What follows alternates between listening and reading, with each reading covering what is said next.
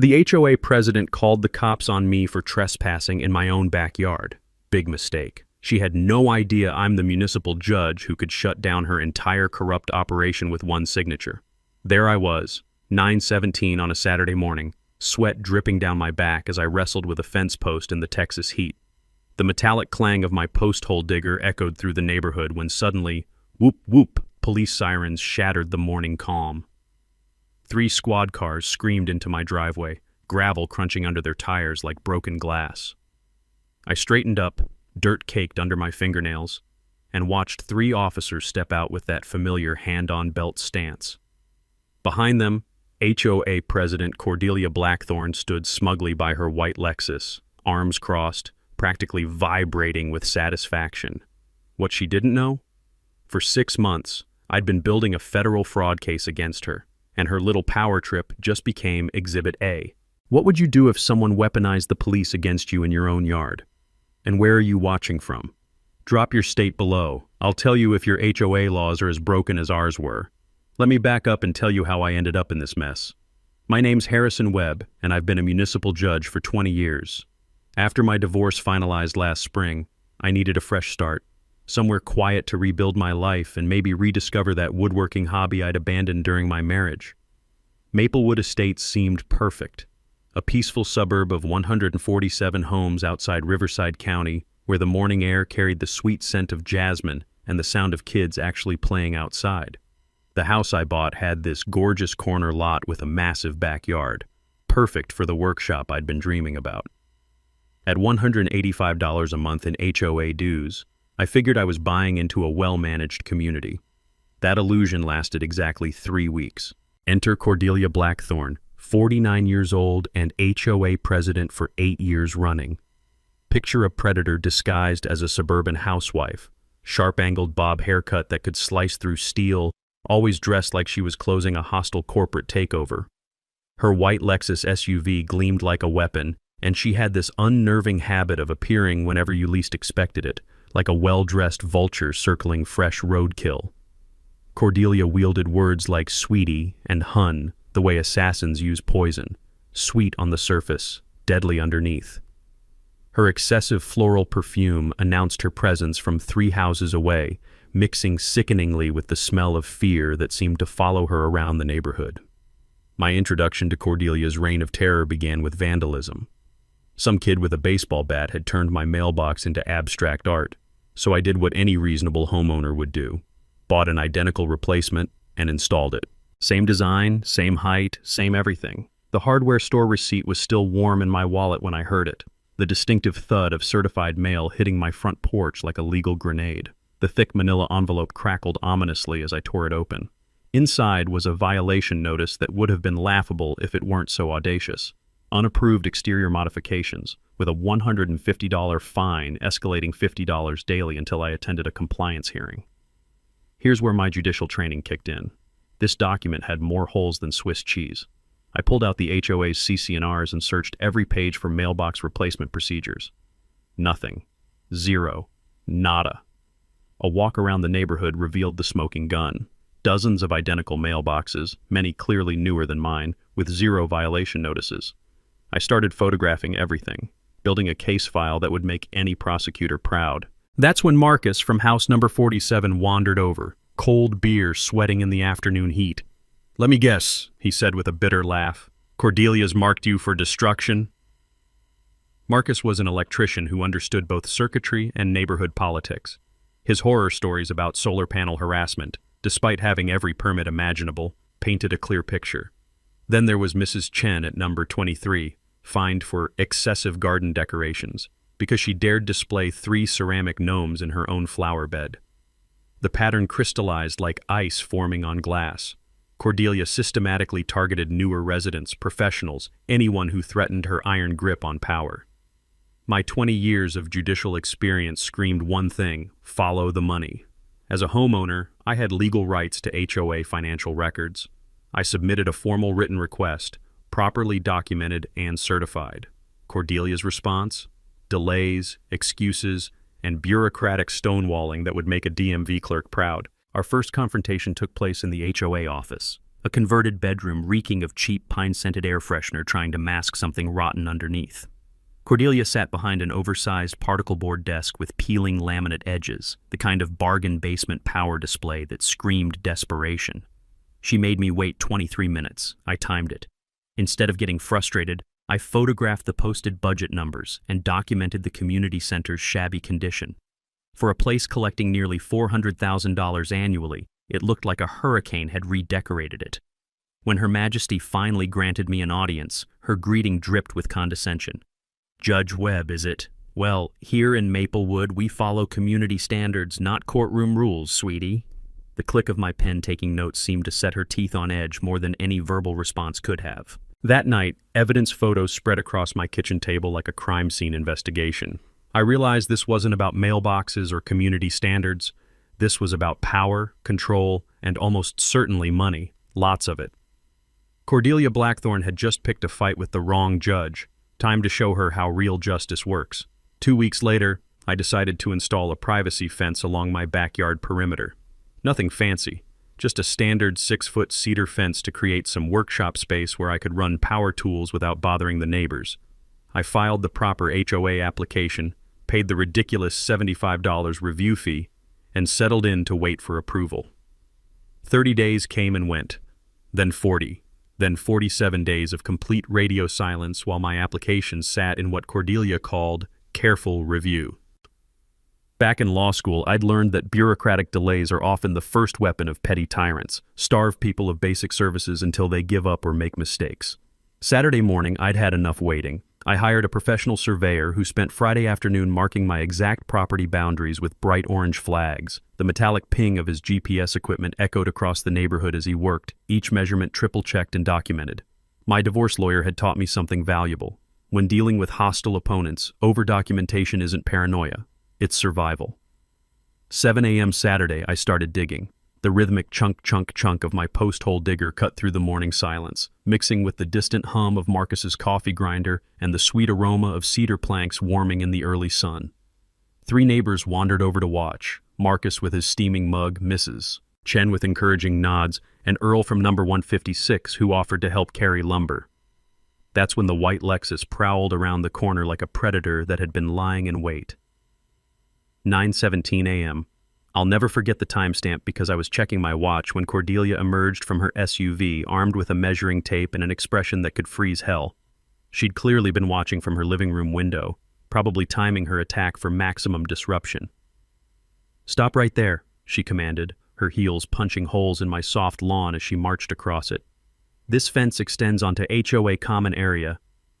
I straightened up, wiping sawdust from my hands, and calmly produced the surveyor's report. "Actually, Cordelia, every post is 6 inches inside my property line. GPS-verified coordinates are right here." Her manicured fingers snatched the documents, scanning them with the desperation of someone hoping reality would bend to her will. When that failed, she pulled out her own measuring tape, a cheap plastic thing from the dollar store that looked like it couldn't measure a coffee table accurately. "I don't care what your papers say," she snapped, her voice rising to a pitch that sent nearby birds fleeing. "The HOA has easement rights, and you're in violation of community aesthetics." Here's where my judicial training kicked in with a lesson every judge learns early. Let your opponents destroy themselves with their own words. Instead of arguing, I quietly pulled out my phone and started recording. "Ma'am, I have a valid survey, municipal permits, and I'm working within all regulations," I said calmly, keeping my voice level and professional. That's when Cordelia made the mistake that would haunt her for months. She walked 30 feet away, still trespassing on my property, and made a phone call loud enough for the entire zip code to hear. "Yes, I need police immediately," she barked, pacing like a caged wolf. "There's a man trespassing on HOA property, destroying community assets, and he refuses to leave when ordered." The irony was so thick you could cut it with my circular saw. She was calling the police about trespassing while literally trespassing on my lawn. Marcus nearly choked on his coffee. Mrs. Chen's mouth fell open. Earl muttered something about enemy tactics under his breath. I kept working, the steady rhythm of hammer on nail providing a soundtrack to Cordelia's public meltdown. Every swing was measured and deliberate, because 20 years on the bench had taught me that composure under fire is the ultimate power move. 12 minutes later, gravel crunched under heavy tires as 2 squad cars rolled up. 3 officers stepped out, led by Sergeant Rodriguez, whose intelligent eyes had assessed hundreds of domestic disputes in my courtroom over the years. "Your Honor," Sergeant Rodriguez said, his eyebrows climbing toward his hairline. "Didn't expect to see you here." The color drained from Cordelia's face like someone had yanked the plug on her confidence. Her mouth opened and closed silently, a perfect impression of a fish gasping for air. But here's the twist that made my entire week. Instead of backing down, Cordelia doubled down on stupid. "I don't care if he's the Pope," she shrieked, completely losing whatever composure she'd been faking. "He's violating HOA regulations and destroying community property." The officers exchanged looks that spoke volumes. Sergeant Rodriguez professionally reviewed my documentation. Survey, permits, property deed, the works. Everything checked out perfectly, because I'd learned long ago that preparation beats performance every single time. "Ma'am," Rodriguez addressed Cordelia with barely concealed irritation, "this gentleman has every legal right to build on his own property. There's no violation here, and frankly, you're the one trespassing right now." Cordelia's retreat was spectacular, a full tactical withdrawal disguised as righteous indignation. "Well, the HOA still needs to approve aesthetics and materials," she huffed, clicking back to her Lexus like a broken robot. As the squad cars pulled away, Marcus wandered over with a grin that could power the neighborhood. Judge, she had absolutely no idea who she was messing with. That's when the pieces clicked into place. This wasn't about fence regulations or community standards. This was about intimidation, control, and probably money. Serious money. Cordelia had just shown me her entire playbook: harassment, false authorities, public humiliation. Too bad for her, I'd been studying bullies a lot longer than she'd been pretending to have power. The sweet smell of sawdust filled the air as I returned to work, but my mind was already racing ahead. If she was this brazen about fake violations, what was she hiding in those financial records she kept dodging? Time to find out exactly how deep this rabbit hole went. That fence incident lit a fire under me that burned hotter than Texas asphalt in July. The next morning, I submitted a formal written request for 3 years of HOA board meeting minutes, documents that, by state law, every homeowner has the right to review. Cordelia's response came faster than a pizza delivery: storage issues and digitization problems. Funny how a woman who could organize a police response in 12 minutes suddenly couldn't locate basic paperwork. I knew from handling municipal contract disputes that financial irregularities always leave paper trails. So I started digging through the publicly available budget numbers posted in that shabby community center.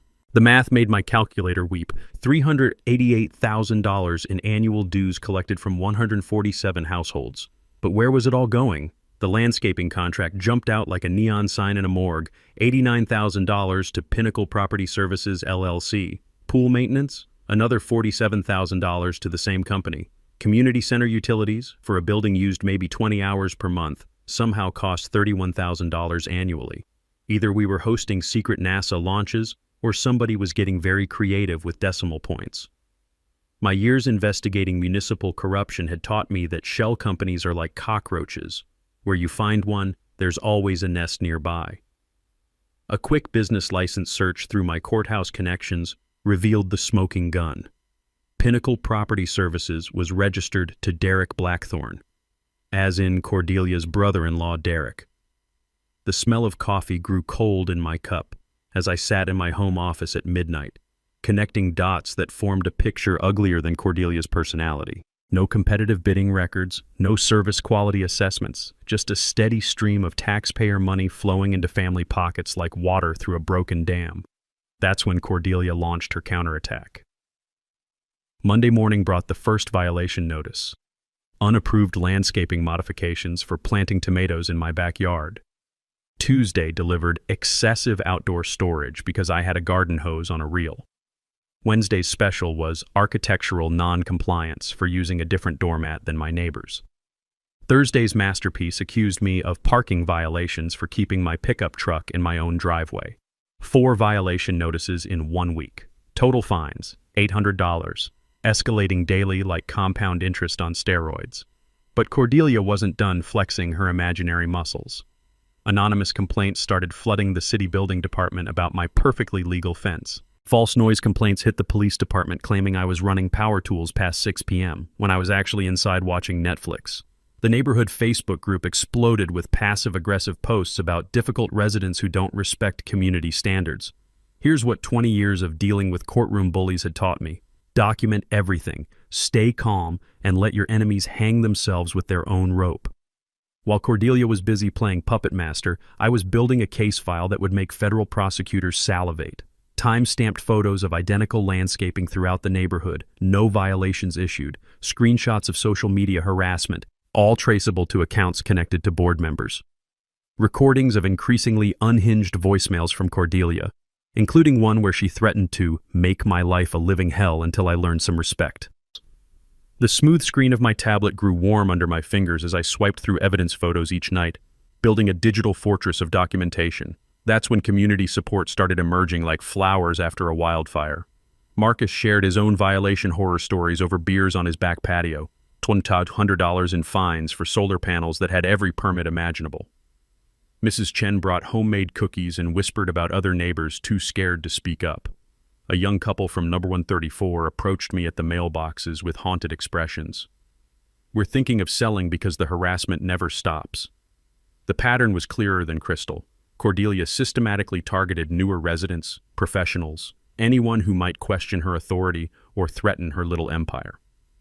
Then came the emergency board meeting. Cordelia called a special Thursday night session to discuss resident compliance issues. Code for, how do we shut up the judge?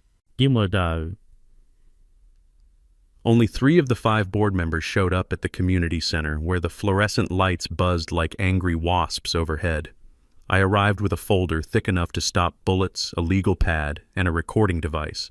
Perfectly legal in our state, something I'd verified during my prosecutor days. Cordelia's face went pale when she saw me walk in, but the other board members, Eleanor Vance, a retired teacher, and Bob Morrison, an insurance agent, seemed genuinely unaware of the harassment campaign. Agenda Item 4, Cordelia announced with fake authority, property violations and enforcement procedures. That's when I played my hand. I stood up, opened my folder, and began presenting evidence of selective enforcement like I was arguing before the Supreme Court. Photos of identical violations throughout the neighborhood. Documentation of harassment patterns. Questions about the curious lack of competitive bidding for service contracts. Where exactly, I asked, my voice carrying the authority of 2 decades on the bench, are the records showing how Pinnacle Property Services was selected?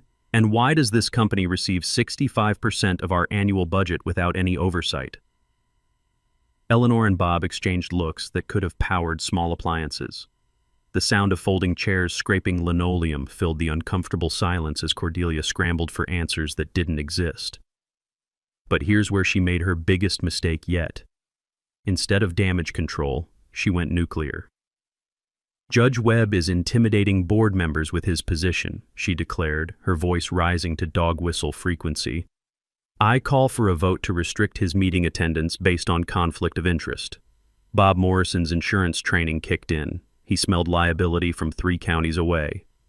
Motion dies for lack of a second, he announced firmly. The meeting ended with the sound of papers rustling and chairs scraping, but the real fireworks were just beginning. Because now I knew exactly how scared Cordelia was, and scared people make desperate mistakes. Time to see just how desperate she'd get.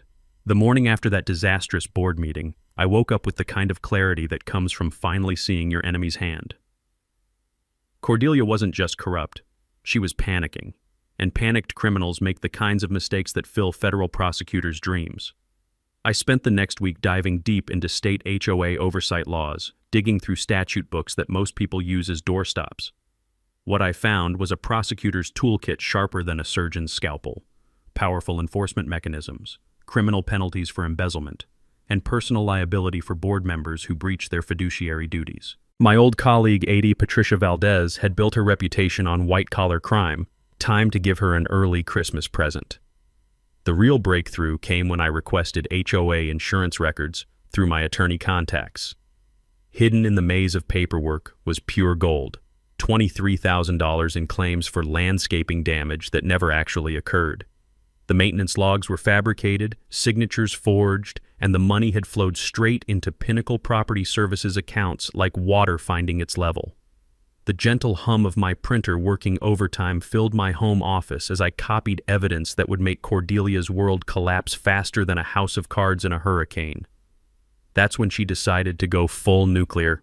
Thursday night, 10 p.m., maximum intimidation timing, a sheriff's deputy knocked on my door with papers that made my blood pressure spike. Cordelia had filed for a restraining order, claiming I was stalking board members and using my judicial position to intimidate innocent volunteers. The irony was so thick you could spread it on toast. A woman who'd been harassing me for months was now claiming to be the victim. But here's what really caught my attention. She'd hired expensive legal representation. The kind of high-end attorney who charges more per hour than most people make in a week.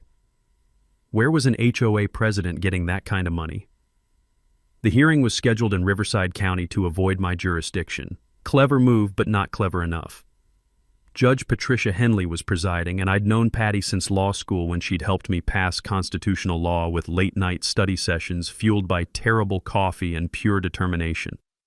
Walking into that courtroom felt like coming home, except I was on the wrong side of the bench. The cold metal of the defendant's chair reminded me how different things looked from this angle, but 20 years of judicial experience had taught me that truth has a way of surfacing like oil on water. Cordelia's attorney, a sharp-dressed shark named Bradley Kensington, painted me as a rogue judge abusing his position to terrorize a volunteer community leader. He had charts, timelines, and enough dramatic flair to audition for Broadway. Too bad he didn't have facts. When my turn came, I methodically presented the harassment timeline, financial evidence, and documentation with the precision of a Swiss watchmaker. Each exhibit was labeled, cross-referenced, and backed up with sworn affidavits from neighbors who'd finally found the courage to speak truth to power.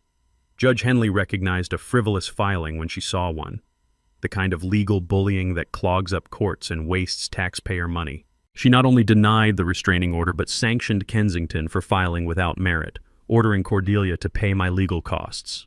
The sound of that gavel falling was sweeter than church bells on Sunday morning. But victory in court was just the opening act. Back in Maplewood, community momentum was building like a thunderstorm on the horizon. Marcus had organized an informal neighborhood meeting at his house, where lawn chairs unfolded on his patio like battle formations. 12 residents showed up, more than had attended an HOA meeting in years. Mrs. Chen shared 5 years of violation notices totaling $3,400 in fines for imaginary infractions. The new family at number 89 showed photos of demanded landscaping changes that would have bankrupted a small nation. Retired veteran Earl revealed threats over his American flag display. Apparently, patriotism violated Cordelia's aesthetic standards. Everyone agreed. Cordelia had to go. That's when my master plan crystallized like ice forming on glass. I'd learned from prosecuting municipal corruption that you need 3 things to take down entrenched power: criminal charges, civil remedies, and public pressure. Attack from all angles simultaneously, and even the most arrogant criminals crumble. The criminal investigation would freeze HOA accounts pending audit. The civil lawsuit would recover stolen funds and damages. The recall election would give residents democratic control. It was beautiful in its simplicity, death by 1,000 legal cuts. But Cordelia's allies were finally showing themselves.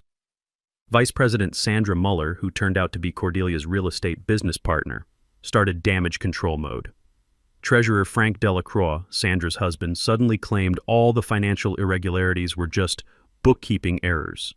The board secretary position had been mysteriously vacant for 8 months, leaving no paper trail of dissent. Only Bob Morrison appeared genuinely shocked by the corruption revelations, which told me everything I needed to know about the depth of this conspiracy. My garage became an investigation center that would make FBI agents jealous. Timelines taped to walls, photo arrays organized by violation type, financial spreadsheets cross-referencing every suspicious payment. The sound of staplers punching through thick document stacks became my evening soundtrack as the case file grew thicker than a phone book. That's when Cordelia made her final desperate play. Anonymous letters to the Judicial Review Board claiming I was abusing my position for personal vendettas. False complaints to the state bar about conflicts of interest. Even vandalism of my fence, spray paint, and loosened boards that my security cameras caught Sandra Muller's teenage son red-handed. She was throwing everything at the wall, hoping something would stick. But desperation has a smell. and it was getting stronger every day. The trap was set, baited, and ready to spring. County Prosecutor Patricia was salivating over the evidence package. State regulatory agencies were preparing audits. Recall petitions were being printed. Everything was converging toward the upcoming annual HOA meeting where Cordelia's reign of terror would finally meet its match: democracy, justice, and one very determined judge who'd had enough of petty tyrants. The only question left was whether she'd go down fighting or just go down. The breakthrough came at 2:47 a.m. on a Tuesday, when insomnia and righteous anger drove me back to the municipal archives. I'd been combing through the original HOA charter documents from 1987, looking for any leverage I might have missed. The musty smell of decades-old paper filled my nostrils as I turned yellowed pages under the harsh fluorescent lights of the county records office. That's when I found it, buried in Section 14. 3 of the original incorporation documents, written in the kind of legal language that makes normal people's eyes glaze over. Any board member convicted of fraud, embezzlement, or breach of fiduciary duty shall result in automatic dissolution of the entire board, with new elections required within 60 days under county oversight. My hands actually trembled as I read those words again. And again. The original developers had built in a nuclear option. One criminal conviction would trigger complete HOA restructure. It was like finding a hidden kill switch in the Death Star's plans. The beautiful part? Cordelia had no idea this clause existed. None of the current board members did. They'd been operating under amended bylaws that had conveniently omitted this particular bombshell over the years. I photographed every page with the reverence of an archaeologist documenting King Tut's tomb. This wasn't just evidence. This was the key to liberating an entire community. But the financial bombshell was even bigger. My accountant friend Janet had spent the weekend reviewing my evidence with the thoroughness of an IRS audit. Her findings made my fence violations look like jaywalking tickets. $127,000 in total embezzlement over 4 years, with money trails leading directly to Cordelia's personal accounts and property investments. The pattern showed criminal evolution, started with small overcharges, grew bolder with fake invoices, and eventually graduated to wholesale theft. Janet's analysis revealed something that made my prosecutor instincts sing. The embezzlement had accelerated dramatically over the past 18 months. Desperation, divorce proceedings, and a failing real estate market had turned Cordelia from a petty thief into a full-blown criminal enterprise. Sitting in my leather judicial chair that night, surrounded by evidence that could topple a government, I realized I held the nuclear option. One conviction would trigger complete dissolution. HOA insurance would cover resident reimbursements. Fraud victims would be protected. New elections would allow a complete community reset with proper oversight mechanisms. The smooth leather creaked under my weight as I leaned back, planning the endgame with the precision of a chess grandmaster. Every move from here would be calculated, documented, and devastating. What made this even sweeter was the intelligence network that had emerged like a resistance movement. Marcus's electrician contacts were revealing systematic overcharging for basic maintenance. Mrs. Chen's gardener friend had blown the whistle on landscaping invoice padding, work never performed but always billed. The pool company maintenance supervisor was ready to testify about fraudulent service claims that would make Tony Soprano blush.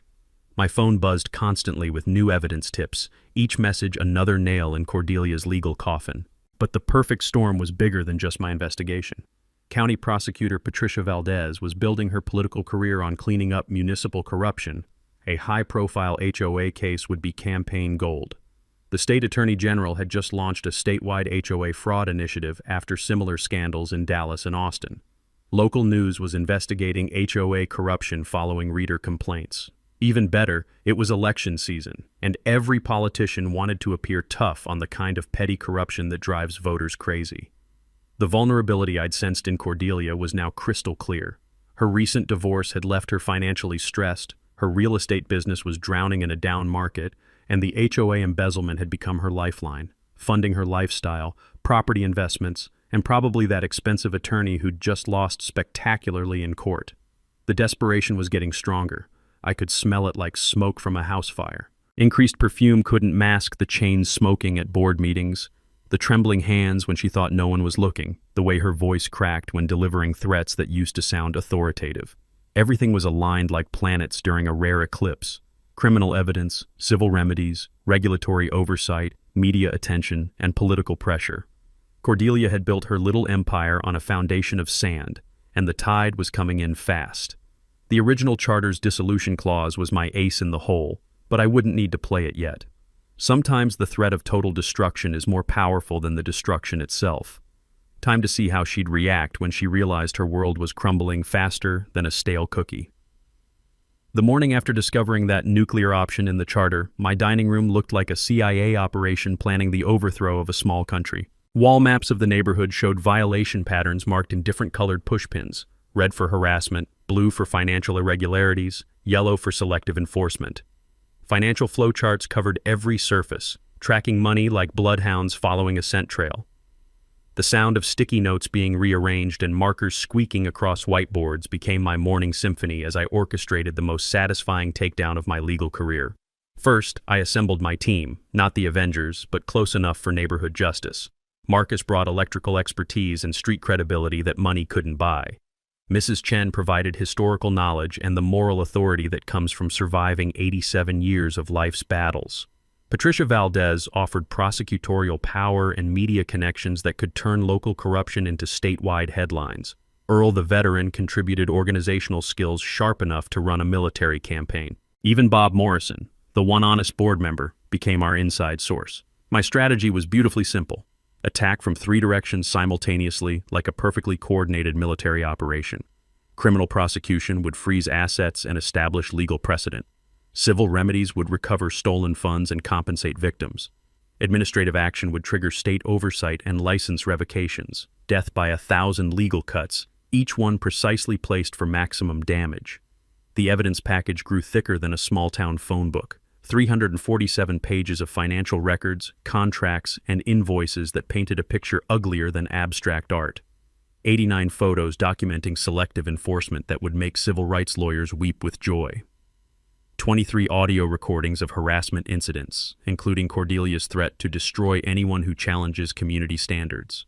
A timeline showing escalation patterns over 4 years that read like a criminal psychology textbook.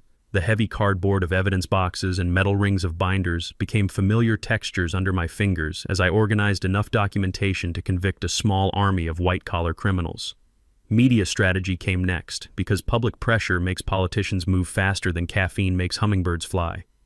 Channel 7 investigative reporter Jennifer Kim was already sniffing around HOA corruption stories.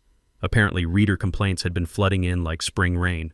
The local newspaper editor was hungry for community interest pieces that actually mattered to real people. Social media campaigns were planned around the recall election, with residents finally ready to tell their stories without fear of retaliation. The sound of keyboards clicking filled neighborhood living rooms as residents typed Facebook testimonials that would make Cordelia's PR problems look like a Category 5 hurricane.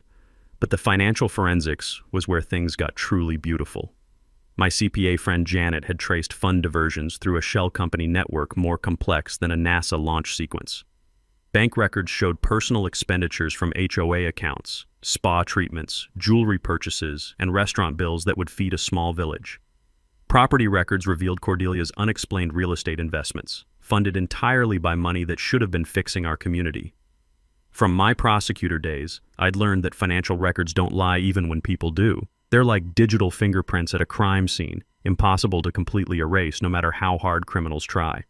The recall election mechanics were surprisingly straightforward once you cut through the bureaucratic nonsense. We needed 74 signatures from 147 households, 25% to trigger the recall, 30 days for petition circulation, then elections within 45 days of a successful petition.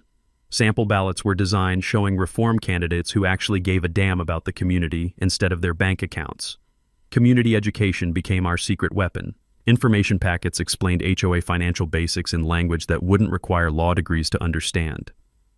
Know Your Rights workshops at the community center taught residents how to request financial records, attend board meetings effectively, and document harassment like prosecutors building cases. Meanwhile, Bob Morrison was feeding us inside information that made Tom Clancy novels look boring. Cordelia was panicking over missing treasurer records that could expose years of additional fraud. Sandra Muller was attempting to alter historical documents like some kind of suburban Nixon. Frank Delacroix had consulted a bankruptcy attorney, apparently preparing for the financial apocalypse heading his way. Emergency board meetings were being called without resident notification, a violation of state sunshine laws that would add more charges to the growing pile. The smell of burning paper drifted from behind the community center one night as compromised materials were destroyed, but digital records are harder to kill than movie villains. Everything was backed up, encrypted, and stored in multiple locations like a distributed resistance network. Technology became our force multiplier. A professional website, Reform Maplewood HOA, went live with documentation that would make investigative journalists drool. Online petitions gathered electronic signatures faster than a viral cat video. Databases tracked every violation pattern, creating statistical evidence of systematic discrimination. Notification sounds from phones and tablets became the soundtrack of revolution as community support grew from dozens to hundreds of supporters across the county. But the legal trap was my masterpiece.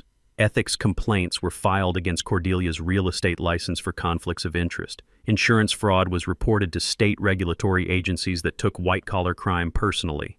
Tax evasion evidence was forwarded to the IRS because nobody escapes the tax man, not even HOA tyrants.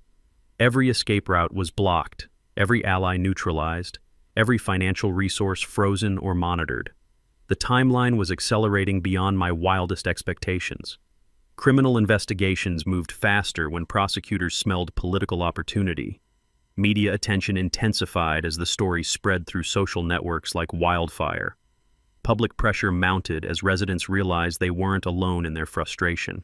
Cordelia's desperate attempt to move up the annual HOA meeting was her final mistake, rushing toward a confrontation she couldn't win, with an audience she couldn't control and evidence she couldn't suppress.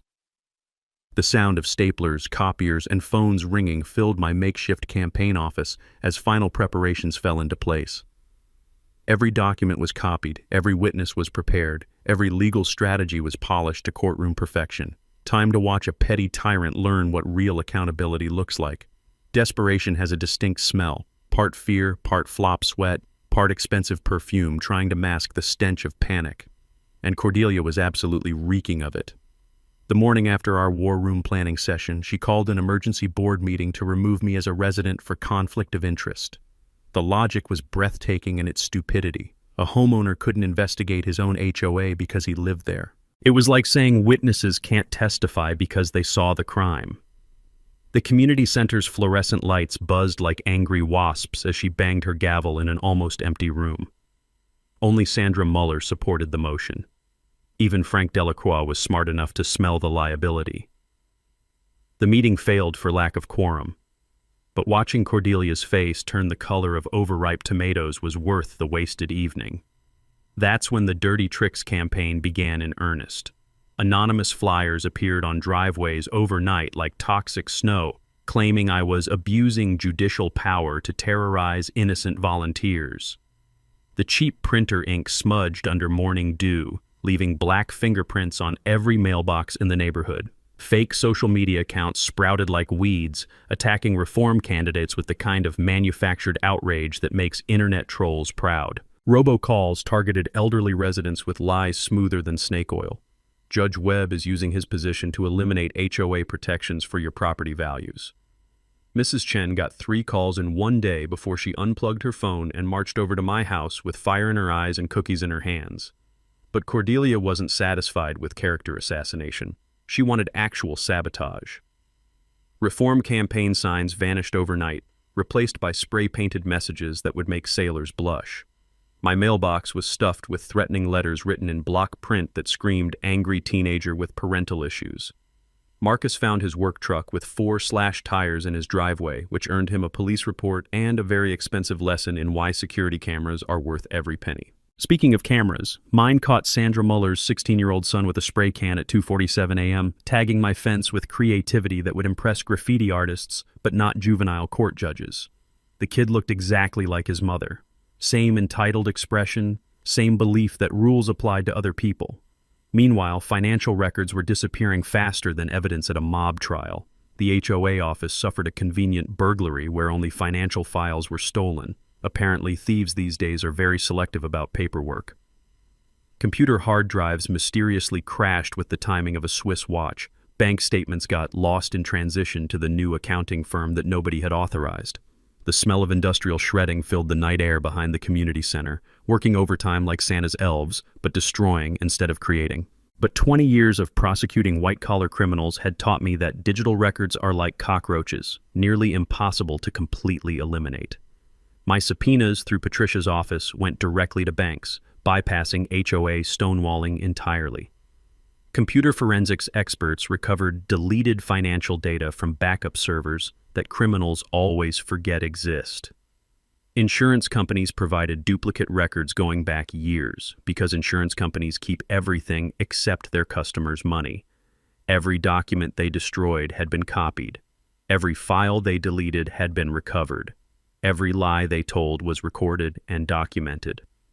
The real bombshell came when Derek Blackthorne, Cordelia's brother-in-law and Pinnacle Property Services owner, contacted me through Marcus with the desperation of a drowning man grabbing a life preserver. We met at a 24-hour diner on the edge of town, sliding into a back booth like characters in a spy novel, while the smell of bacon grease and desperation filled the air. Derek looked like he hadn't slept in weeks, his eyes darting around the empty restaurant like a hunted animal. "She's lost her mind," he whispered, stirring coffee with shaking hands. The kickbacks were supposed to be small, temporary, just until her real estate business recovered. Now she's threatening my family if I don't keep inflating invoices. He handed me a manila envelope thick enough to stop bullets, containing original invoices that showed the real scope of the fraud. Work never performed, materials never delivered, services billed at 3 times market rates. The evidence was so damning it practically glowed in the fluorescent diner lighting. "She's planning something big for the annual meeting," Derek warned, his voice barely above a whisper. "Sandra's been making calls to city council members claiming you're using your position illegally. They're trying to get you removed from the bench before the meeting." But family pressure was tearing Cordelia's conspiracy apart like tissue paper in a hurricane. Derek wasn't the only one cracking under the strain. Her husband had discovered the embezzlement and filed for separation, taking their teenage daughter to his mother's house. The daughter was mortified by social media exposure that had turned her into a pariah at school. Even her real estate clients were fleeing faster than tourists from a Category 5 hurricane. The sound of raised voices from Cordelia's house became neighborhood entertainment as her world collapsed in real time.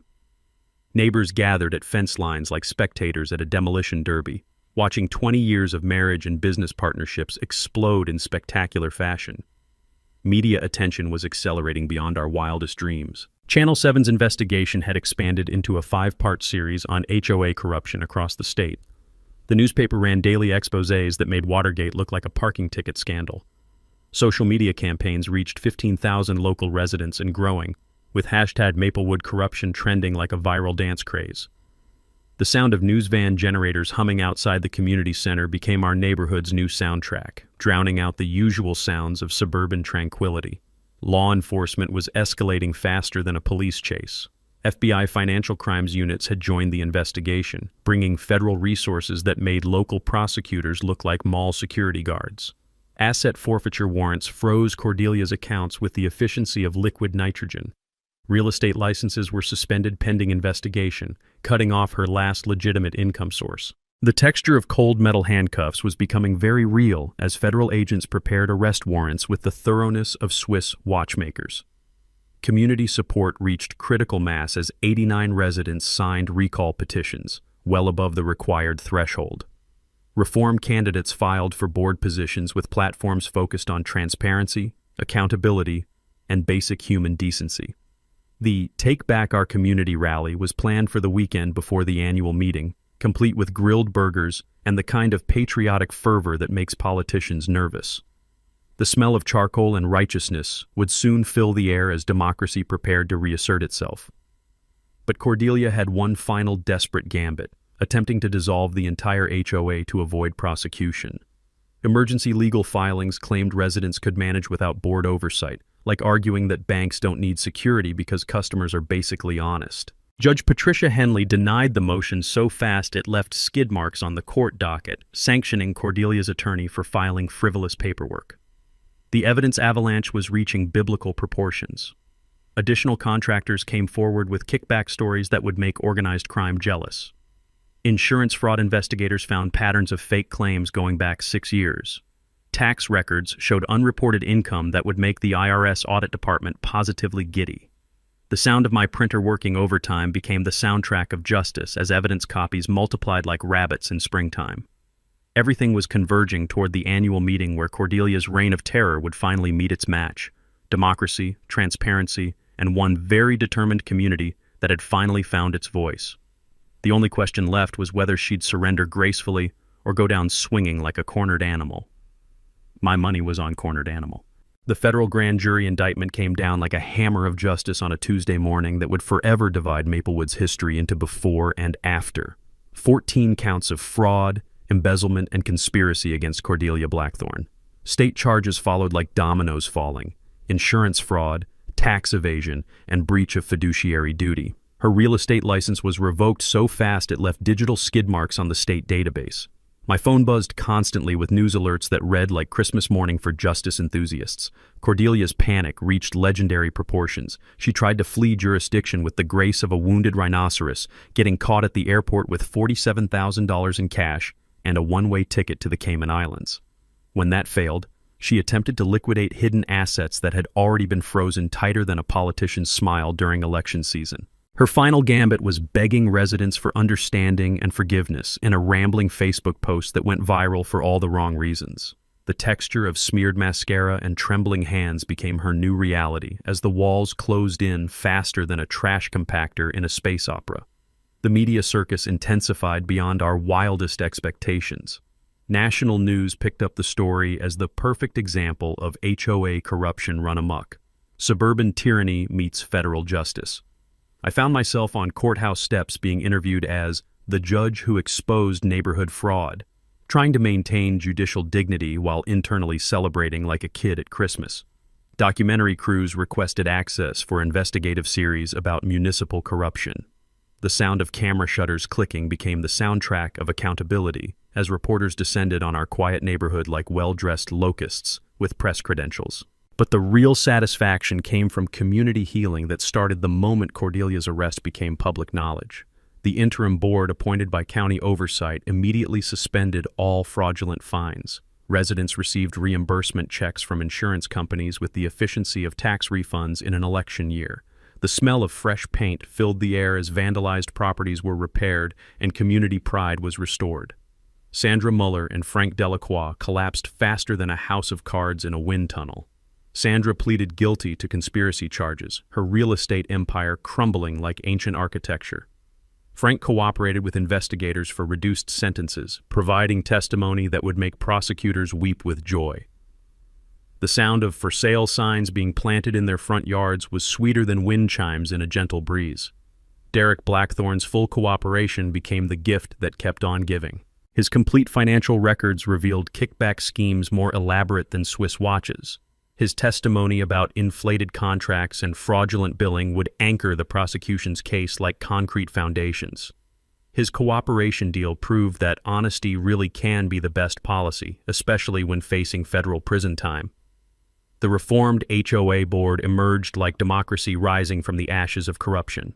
I accepted the interim presidency with the same sense of duty that had guided my judicial career. Marcus became treasurer, bringing electrical contractor financial skills and working-class honesty to budget oversight.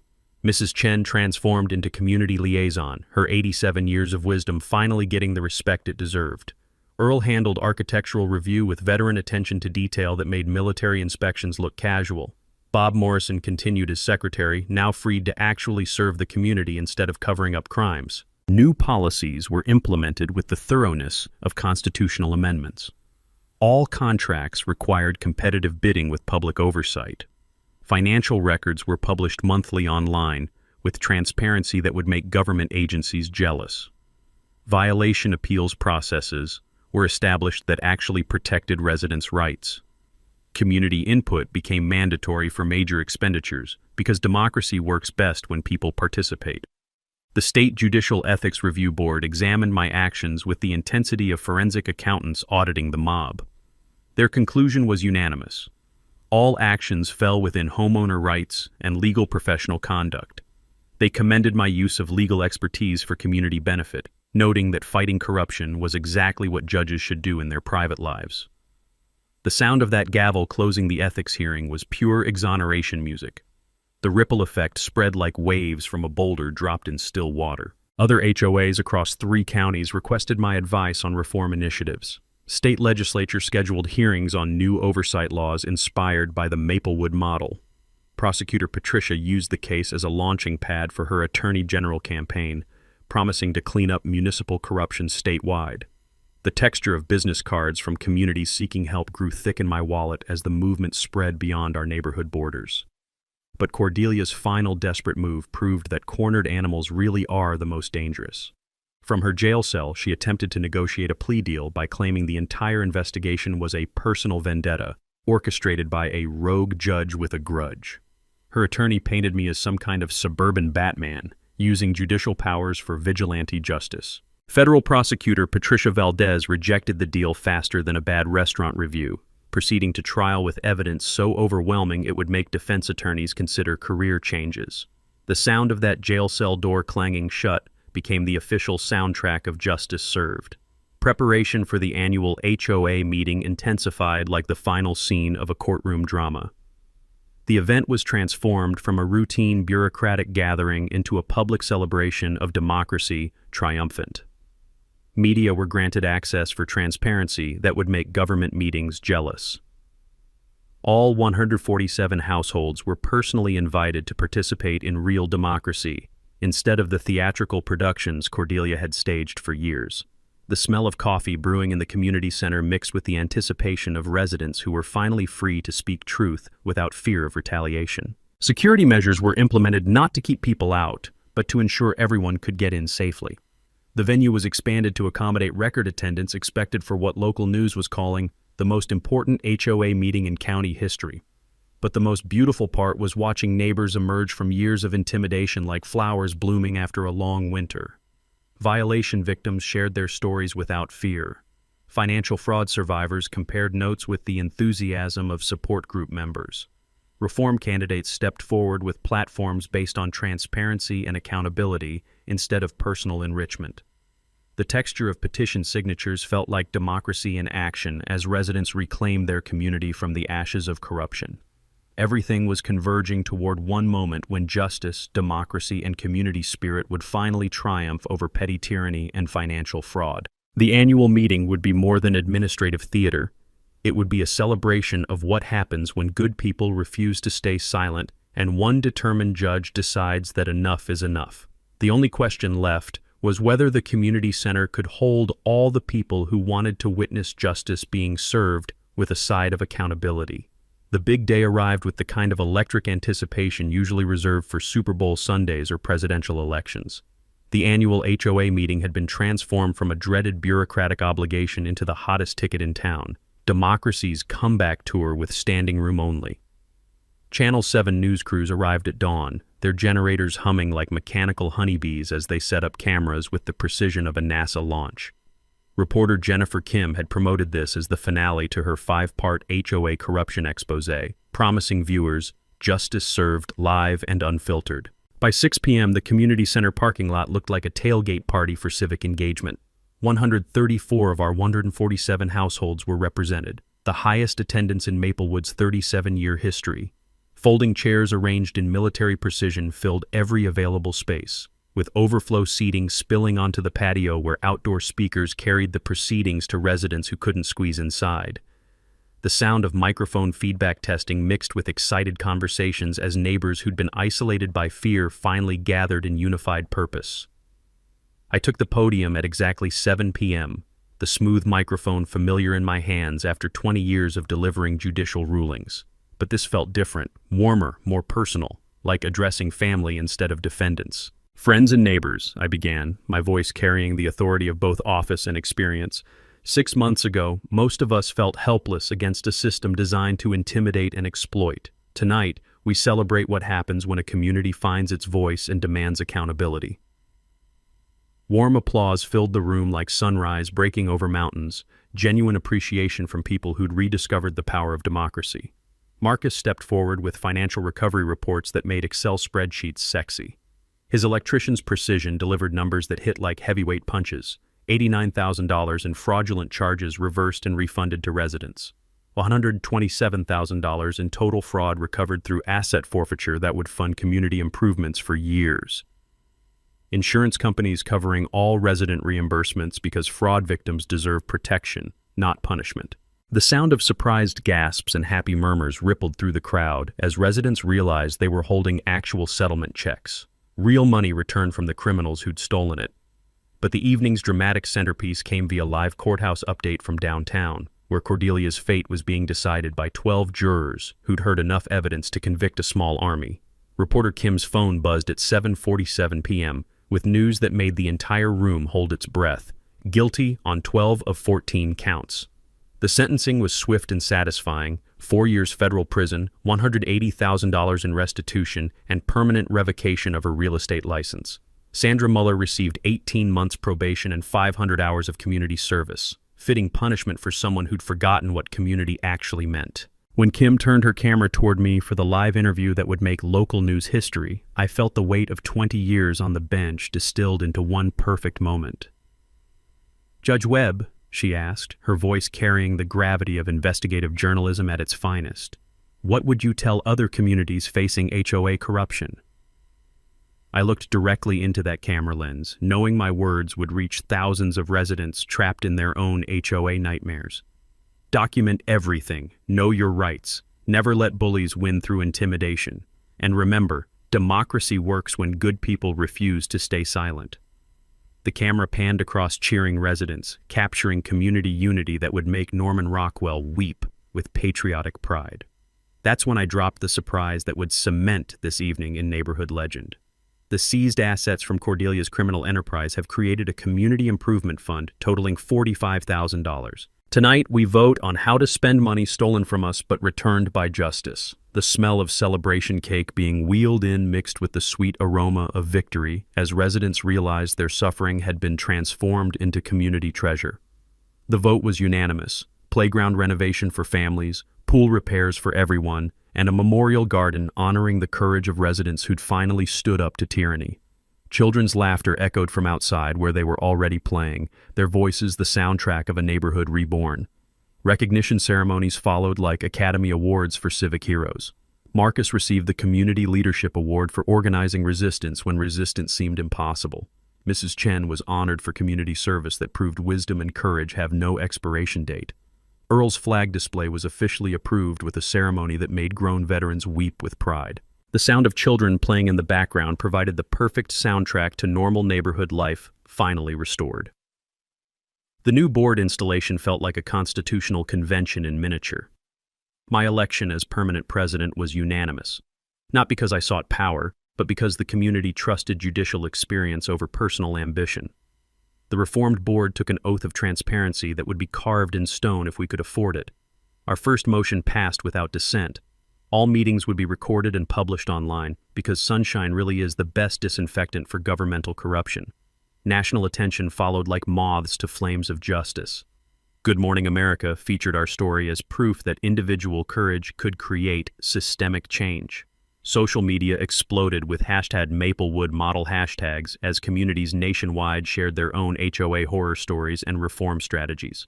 The sound of phones buzzing with viral notifications became the soundtrack of influence spreading beyond our neighborhood borders.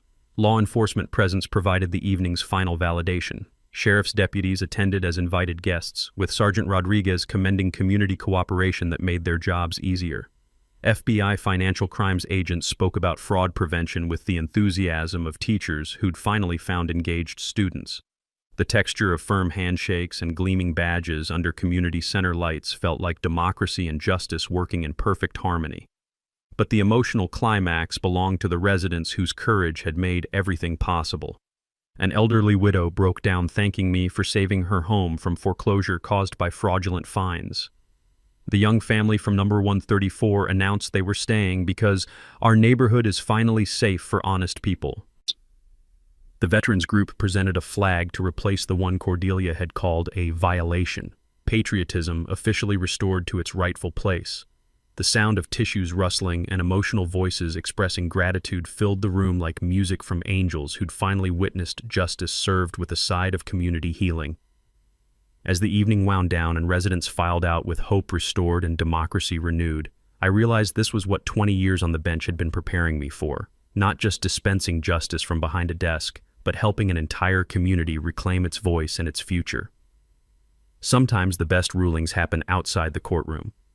6 months later, Maplewood Estates had transformed from a cautionary tale into a beacon of hope that attracted visitors like pilgrims seeking proof that justice really can prevail. Property values increased 12%, not because of artificial restrictions, but because people actually wanted to live in a community governed by transparency instead of tyranny. The sound of children's laughter echoed from our renovated playground every evening, their voices mixing with the gentle splash of families enjoying a pool that finally served the community instead of enriching criminals.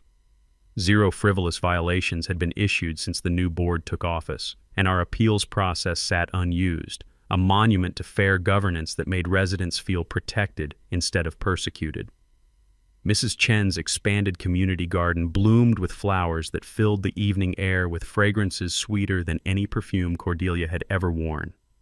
Her ceramic gnome stood proudly among prize-winning tomatoes, silent sentinels proving that personal expression and community standards could coexist beautifully. My woodworking shop had evolved into the neighborhood's unofficial meeting place, where the smooth grain of sanded cedar under my fingers provided therapy for 20 years of courtroom stress. The workshop became a symbol of creativity and productivity, everything Cordelia's regime had tried to suppress in favor of conformity and control. The ripple effect continued spreading like seeds on fertile ground. 23 communities across 4 states had requested consultation on HOA reform, turning our local victory into a regional movement. The Maplewood Act passed through state legislature with bipartisan support, strengthening oversight mechanisms and establishing criminal penalties for board members who betrayed their fiduciary duties. Prosecutor Patricia Valdez won her attorney general race in a landslide, campaigning on a platform of municipal corruption cleanup that resonated with voters tired of petty tyrants wielding imaginary power. Her victory proved that fighting for justice could be both morally right and politically smart. Individual courage really can create systemic change. One person willing to stand up can inspire entire communities to reclaim their voices and their futures. The Community Accountability Scholarship was announced at the local high school graduation ceremony, where the sound of applause for educational opportunity mixed with the sweet scent of possibility.